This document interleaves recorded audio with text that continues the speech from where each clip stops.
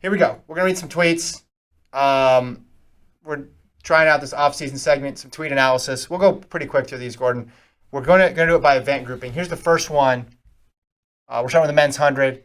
Throw this one up there, Colt. This is from Fred Kerley. Pretty straightforward. Not very cryptic at all. Kerley tweets, 42 shape already. Let's get it. Drop it this year. Trust me, I'm ready for that war. So he's saying he's 42 shape on October 17th. What event does Fred Kerley run? All of them. But does he?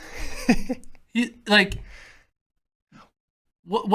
he going to war with? Is he going to war with Michael Norman, or is he going to war with, What event would you want to see him Jacobs? in? You'd want to see him in the 100? Or would you want to see him in the 4? I think I would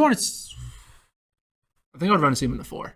Just so he could get a 100 gold and a 400 gold? Yeah. Because he's already got the 100 gold? Yeah. I mean, maybe 100 if Jacobs is 100% healthy, because I would want to see that rematch again. But, yeah, when I see this, I'm like, why is he in 42 shape? He should be in, 9-6 shape. If he's in 9-6 shape in October, well, if he's in any of this type of shape in October, look out. He says, 42 shape already, let get it, drop it this year. Wait, already? 42 shape already, let get it, drop it. Let get it, drop it? What does that mean? Let get it, drop it. This year, trust me, I'm ready for that war. I'm on Team Fred Kerley. I predicted that he would break Usain Bolt's world There's record. no bigger Fred Kerley believer than you. Me. So you're like, yes, you're in 42 shape. Yeah. You believe this. 100%. 41.9. Let's do it. All right. Next one. Let's go. This is Trayvon Bromell. Like I said, we're doing men's 100. I like this one. Gordon says, I used to want to buy designer until I realized that a $500 tee do the same as a $10 Gildan. You're into fashion now. What do you think? Yeah. Be smart with your money. Mm-hmm.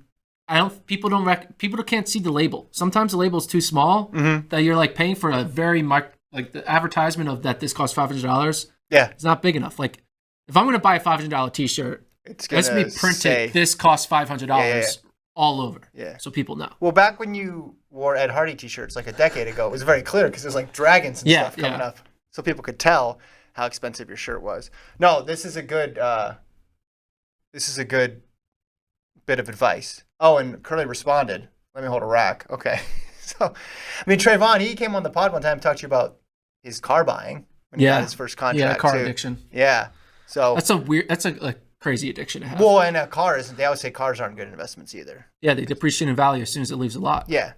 And your shirt depreciates in value as soon as you put it on, too. I was at a party on Friday, and these people were talking. They're young adults. They're probably in their early 30s.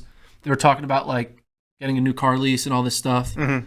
And they were telling me that, the lease I got was so great because the car raised in value by the time I traded in. I was like, you are dumb.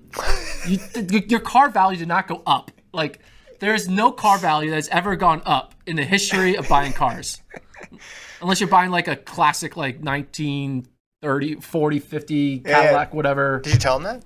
No, I didn't want to break their heart that they thought they were smart financial savants. And I was like, you're buying a car. It's depreciating in value. It never appreciates. Yeah. You're putting miles on it. Every mile, it goes down. Yeah. But they were like, yeah, I made a great investment. It costs more money in the long way, but at the end of the day, you're getting it back. Was the car actually a house? Was it an RV? Maybe? No, it's just they wanted to justify their expenditures. Gotcha. And you go to serious parties out here. All right, next one. This is from Marvin Bracey.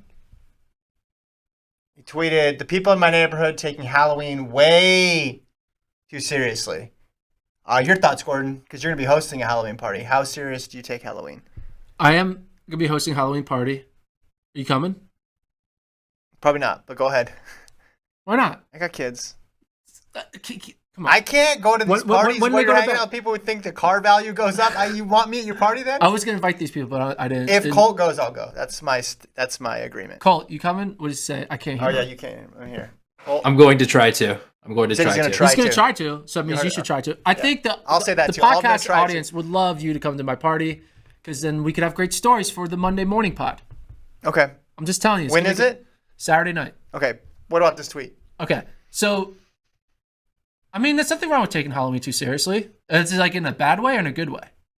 Fred Kerley also responded to this tweet. Don't tell him you're scared of clowns.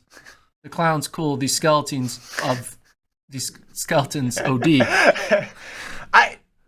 It does get a little much when you have if you're like the motion sensor things, Yeah, and you're it just moves, walking by it's and it music comes off. or like that can be a little much, especially if you have pets or small children going around. They do now make these 12-foot skeletons. Have you seen these? That they No. sell at like Home Depot. They're like 12 feet. It's just a giant thing that people put in front of their house. Yeah. I mean, We did Halloween. My roommate has one. It's been in our living room for a month. Yeah. It's terrible. Money getting it, and then the wind blew a lot of them away last night. I was chasing them down the street this morning when I woke up. They do a lot of big spider webs in our neighborhood. Do they do that for you guys too? Like they'll attach it to the tree and then it'll come down. Like every neighborhood's got a little bit of a distinct flair. What's more enjoyable to walk through at night? A Halloween themed block or like a Christmas lights themed block? Oh, for me, Christmas. Right, yeah. Personally, yeah. I'm not a big scary guy. No? No. And then you walk by somebody's houses, there's like 15 zombie things and stuff hanging like from all corners of their house and stuff. And it's so much. And the kids like it because like, ooh, that house is spooky. And then they wanted to do it. And then we invested. What would be a good like track much money. themed Halloween decoration? Track theme Halloween decoration.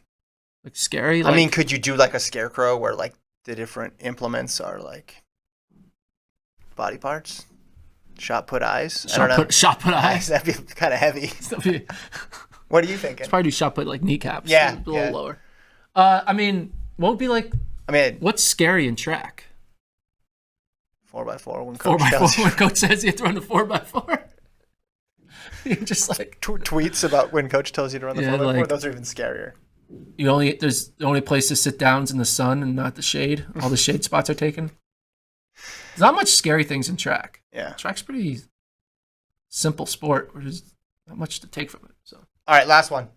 Last 100-meter tweet. I like this one. Pretty simple. Ferdinand Omanyala, 100-meter man from Kenya, retweeted a CNN sports piece about him and just added the caption, Omanyala Mania.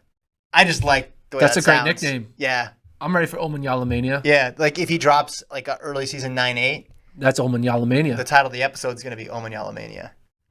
I'm all about this. That's a tongue twister of a word too. But Omanyala Mania. But you can do it. I can do it. If you can do if I it, can do it, anyone can do it. Anyone